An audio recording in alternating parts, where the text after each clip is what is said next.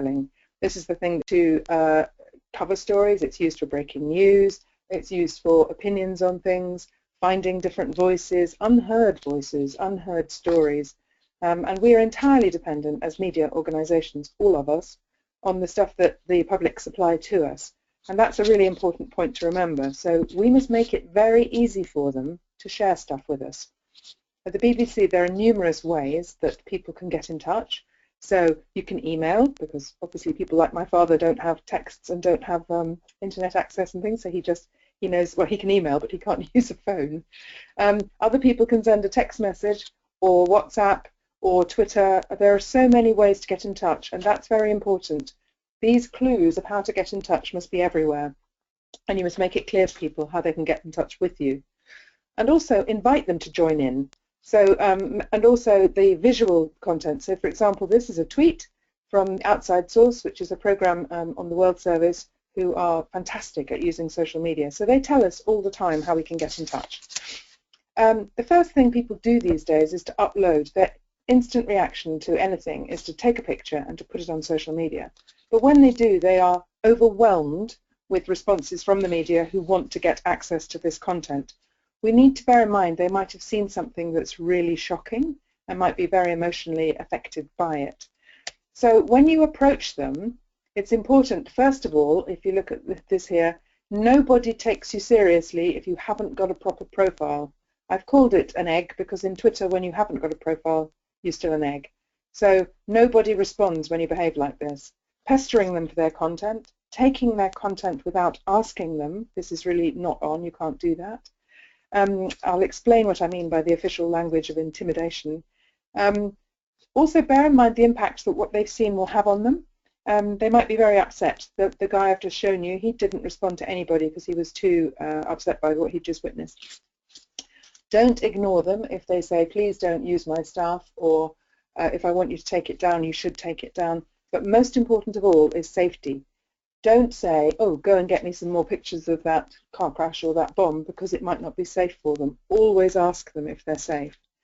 The language I was mentioning, and I've put 3 examples here because it's not just CNN or ABC, I mean everyone was doing this, but can we use your picture in all forms, worldwide, in perpetuity, including distribution, or without limitation? Nobody knows what that means, nobody, and you can't go around asking for permissions like that. What is really important, and this is a BBC example obviously, is that you say, did you take this picture? Because the copyright rests with the person who took it, not the person who uploaded it.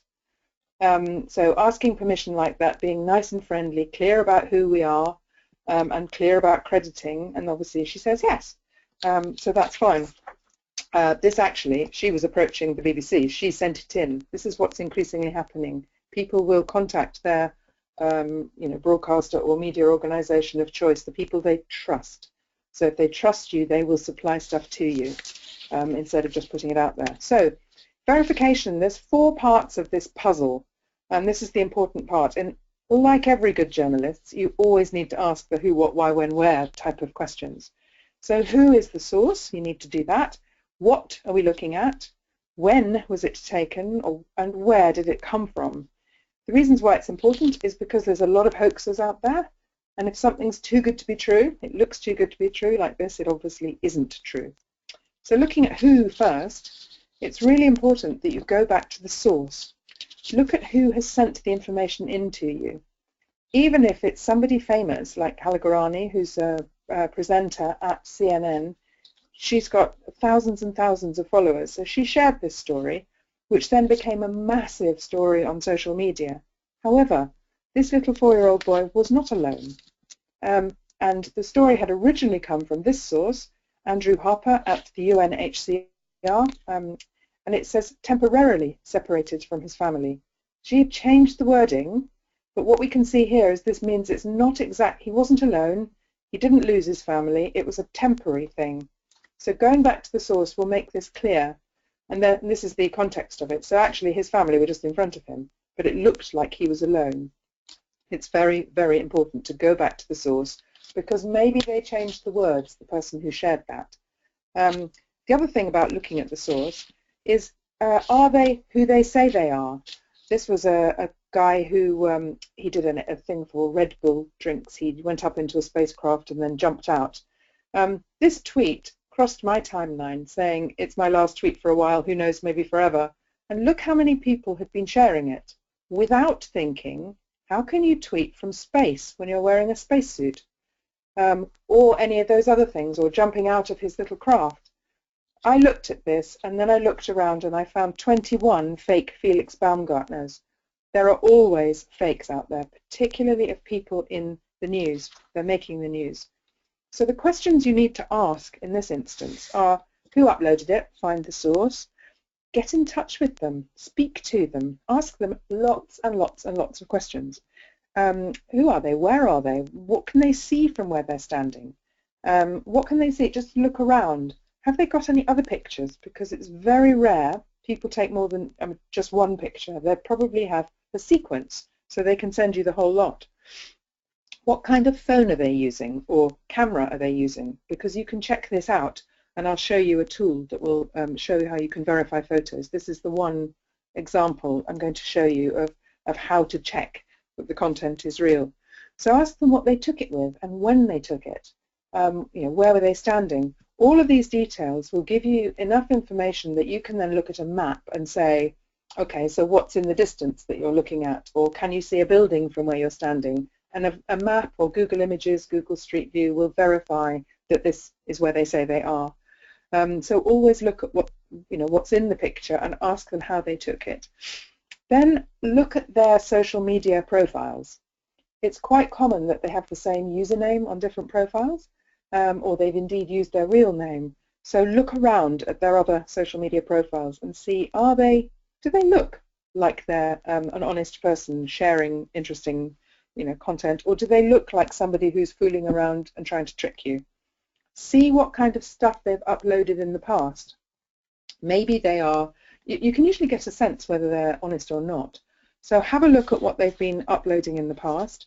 Look at who's following them and who they're talking to and the pictures they're sharing. All of these things you need to look around. If they're a verified account on Twitter, that means Twitter has approved who they are. They'll have a blue tick next to their name. So is it a verified account? It's probably not, because they're mostly people like you and I, ordinary people who've seen something and taken a photo. So have a look. Is it a new Twitter account, for example? That's often very suspicious, because particularly in a breaking news situation, people will create accounts and make fake information. So all of these questions, the most important thing, as I say at the bottom, is, are they safe? Are they okay? Always be careful and look after people, because if you don't, they won't trust you. The next part of the puzzle is the content. What are you actually looking at, and is it accurate? This is a very common picture that comes up so many times when there's been storms. This was Hurricane Sandy. This shark kind of turns up in places. So whether it's in a road in New Jersey, as they say here, or it's in, I don't know, a supermarket or something, this shark often appears, and it's such an amazing picture that people share it. This is the original picture, and you can see how it's been photoshopped, the same shark. This is a very, very famous picture of a shark and a guy in his kayak. The tools that you can use to verify these things, which I'll go step by step through the Google Images one, but Google Images, if you upload the picture into it, you can see similar images of where it's been used before and a lot more information as well, which I'll show you in a second. TinEye is another website that verifies pictures, and the thing they have here is you can click between your image and the other image to see how they're changed. So that, in this instance, it's very clear. You can see this was the original picture and this is the fake one. So these are the first two tools that I would recommend anybody uses when wanting to do verification. Then again, I'm a journalist, you're journalists. You need to be skeptical about what you see. This picture was a huge story a while ago. So it said that it had been snowing in Egypt for the first time in over 100 years. But even if you just look at this picture of the Sphinx and look at these little characters, it just looked really strange to me. So I didn't share it. Really strange. And just doing that reverse image search that I showed you, which I'll show you in a second, and putting things through these things, it revealed that it's actually The Tobu World exhibit is in Japan, and it's a park in Japan where you can see these amazing historical things. And in Japan, it had been snowing. So, and these are just miniature characters. So very easy, a few seconds. Protests in Turkey, people were sharing this picture of what looked like protesters crossing the Bosphorus Bridge. And people were blogging about it and writing newspaper articles about it. Again, you take a quick screen grab of it, stick it into Google, and it'll show you where this thing's been used before. And it actually tells you it was the start of the marathon. So no wonder there are thousands of people crossing the bridge.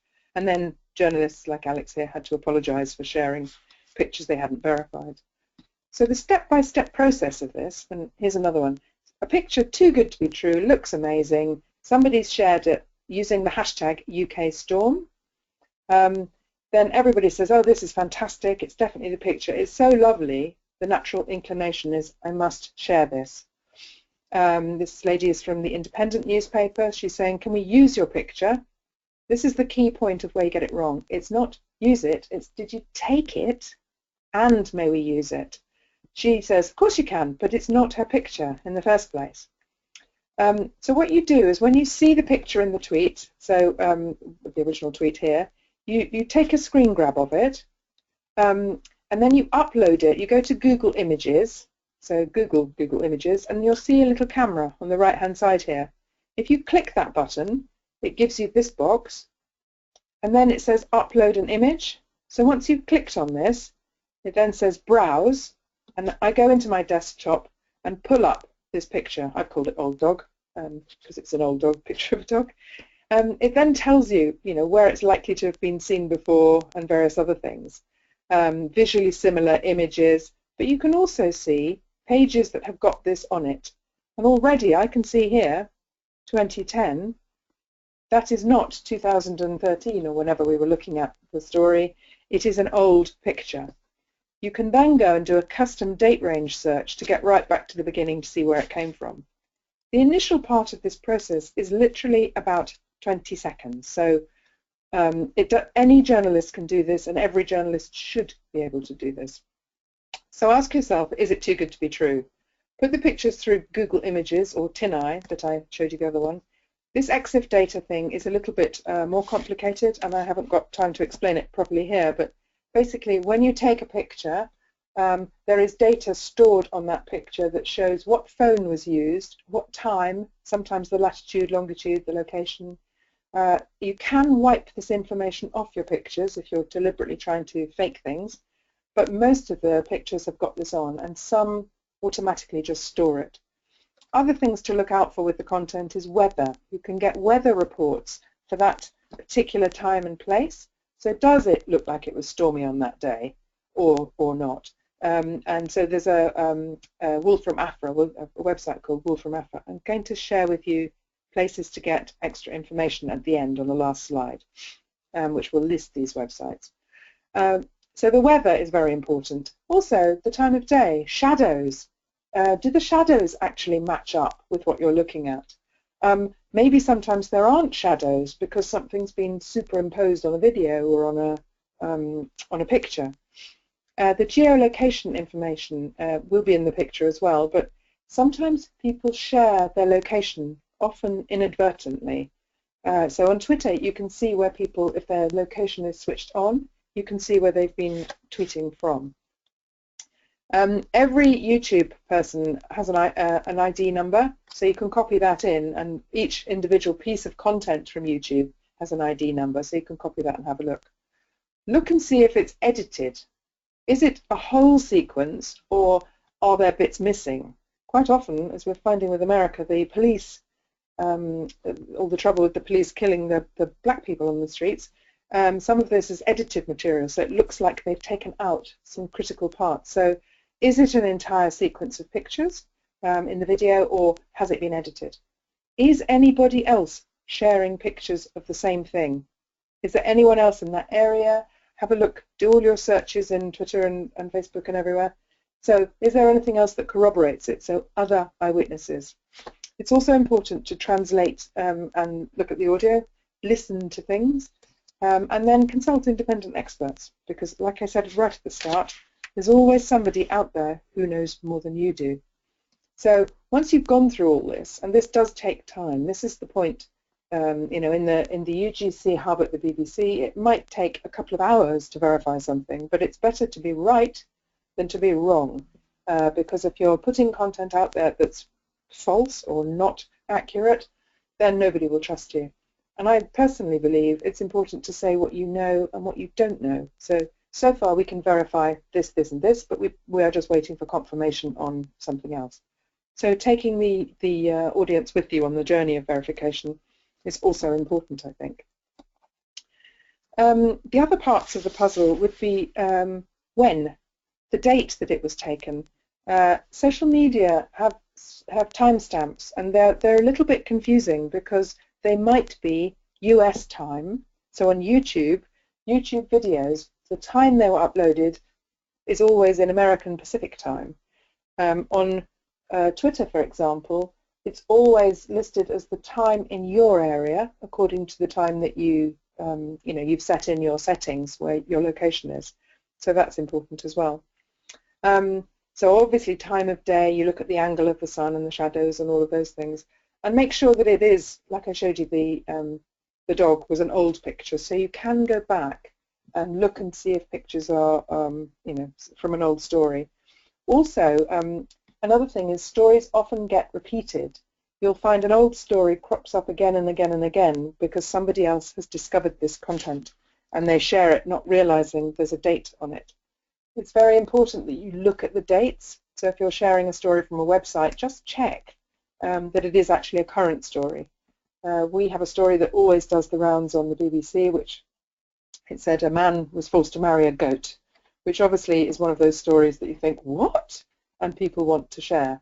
But that's a 2006 story. But every couple of years it comes back again because people say, what? And then they start sharing it. So check the dates of the story. That's really important. Then the final one of the who, what, where, and who, what, why, when, where, is the location.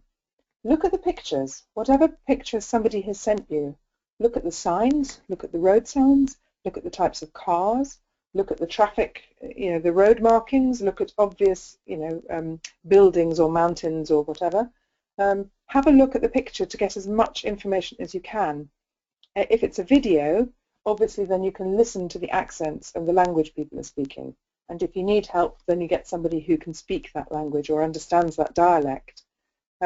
So looking at the pictures, and you'd be surprised how much information you can get from that. It could be a tiny road sign that gives you the detail, and I have an example at the end. Then you can look at Google Maps and Google Street View. Each one of these will give you the details of where people are looking or where it might be. So for example, if you can see a particular bus stop or train station or something, look at these Street View things and the satellite images, and you're going to get a lot more information. So you can see that that picture really was taken where they said it was taken. The geotagging, as I said, there are tools, there are free ways of looking, and then there are paid tools that can identify whether content has got a geolocation on it, and also looking at other people who are sharing stuff. So for example, if you were looking at a piece of content from America in Twitter, you can put in the zip code and find everybody tweeting from that particular zip code. Or you can put in the latitude and longitude, and you'll find everybody in other parts of the world tweeting from that area. So once you've done the checks of who, what, when, where, and you've confirmed each of these things, your verification puzzle has come together. You know that what you've got has been verified and it's accurate, or as accurate as you can possibly be. So the other thing to bear in mind is nothing really beats local knowledge. So if there's anyone in your newsroom who knows an area, always ask them. In the London riots in 2011, this picture was sent in by someone, and it's just amazing, absolutely amazing. So amazing that we didn't believe it was true. But this doesn't really look like a pharmacy in the UK. That kind of image isn't really, normal here. We have slightly different ones. So we were thinking this is fake, and we couldn't find any other copies. And then somebody said, oh, these signs, they're very strange. There's a part of London called Croydon, South London, and they have a tram system, and these are the signs for their trams. So we knew then it was what it said it was, and it was because somebody had local knowledge that we knew it was accurate. Occasionally, there are pictures that are absolutely incredible, and they really are true. So this one did the rounds recently on social media. It was in England, but a woodpecker with a weasel on his back. And the number of questions that the UGC Hub asked about this was extraordinary. You know, they asked wildlife experts about the size of weasels, what they were like, and the size of woodpeckers, and what woodpeckers' eyes were like, and the location, and hundreds of different questions. So we knew it really was what it said. And Martin here, the photographer, had other examples to show us of that sequence. So occasionally, even if you think, wow, that can't be true, it's so good, it is. So I promised you some useful tips and where to go for more help. If you go to verificationhandbook.com, you can download it for free. It's really, really useful guide, and it will help you understand these processes I've been talking about and a lot more. If you follow me on Twitter and you look into my lists, you will see a list called verification. So if you open my profile, look at lists, then you can click on this one called verification and follow it. And that means then these are people I know who are really, really good at verification. So they will be debunking fake things when they see it on social. And there you go. Thank you very much for listening, and thank you for joining us. And if there were any questions, I'm very happy to answer them.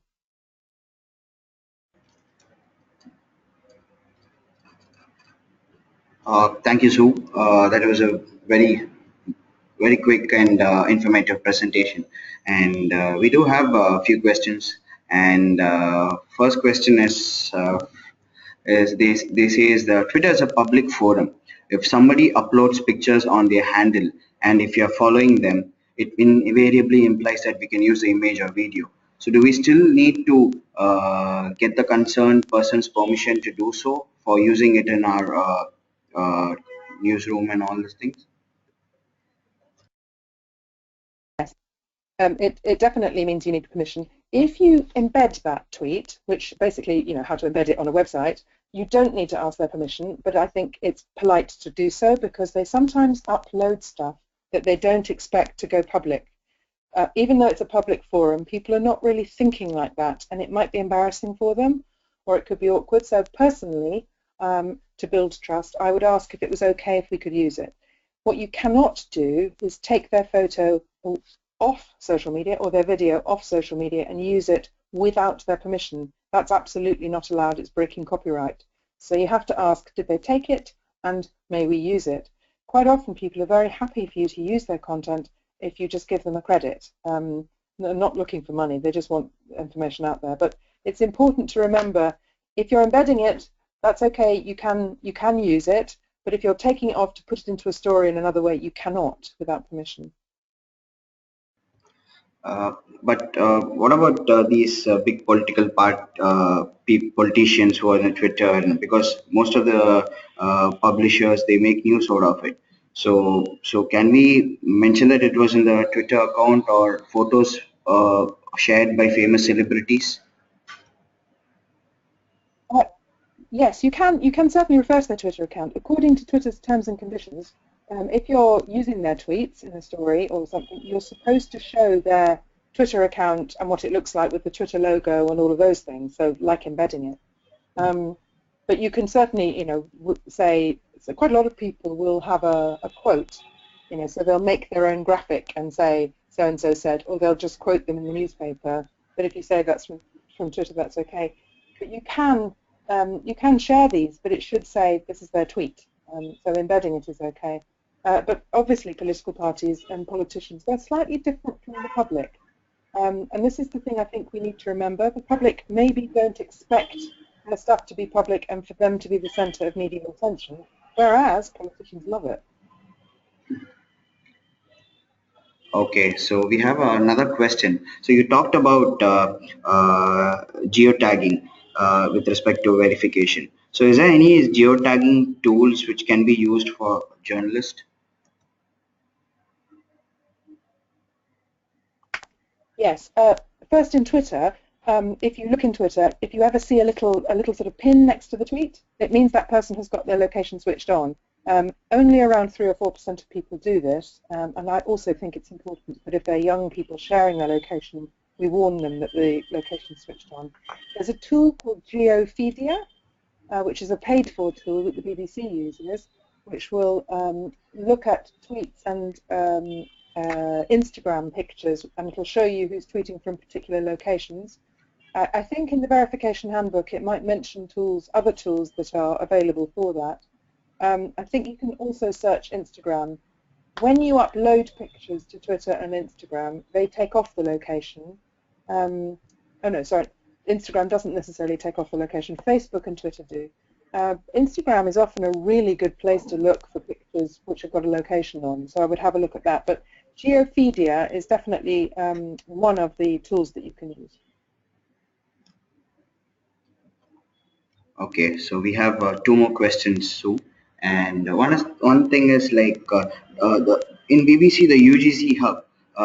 So that means the reporters just share the content, or journalists share the content, and the UGC hub verifies it, or the reporter also does his or her own verification and then pass it to the UGC.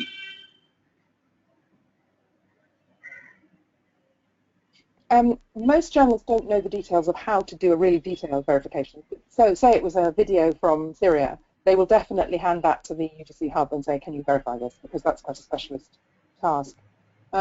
Most journalists should double check their sources, and they should look at who's sent things in, and they would probably try, but I think, we have been training people for a while, but I think there's so many different ways of doing this and so much time that they'll try. If they're at all puzzled by it, or if it's a big breaking story and really important pictures, the UGC hub is across it anyway. They're constantly monitoring what comes in on Twitter, and they will then put information out across the BBC to tell people whether something's verified or not verified, and to steer clear of it.